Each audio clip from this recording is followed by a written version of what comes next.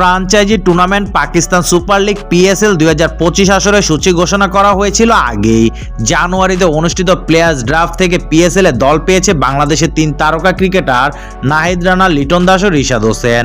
ভিন্ন ভিন্ন 3 ফ্রাঞ্চাইজির জার্সি গায়ে জড়াবেন তারা।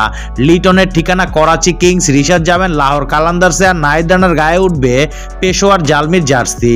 আগামী 11 এপ্রিল পিএসএল এ 10ম আসরের পর্দা উঠবে, সেখানেই দেখা মিলবে 3 তারকার।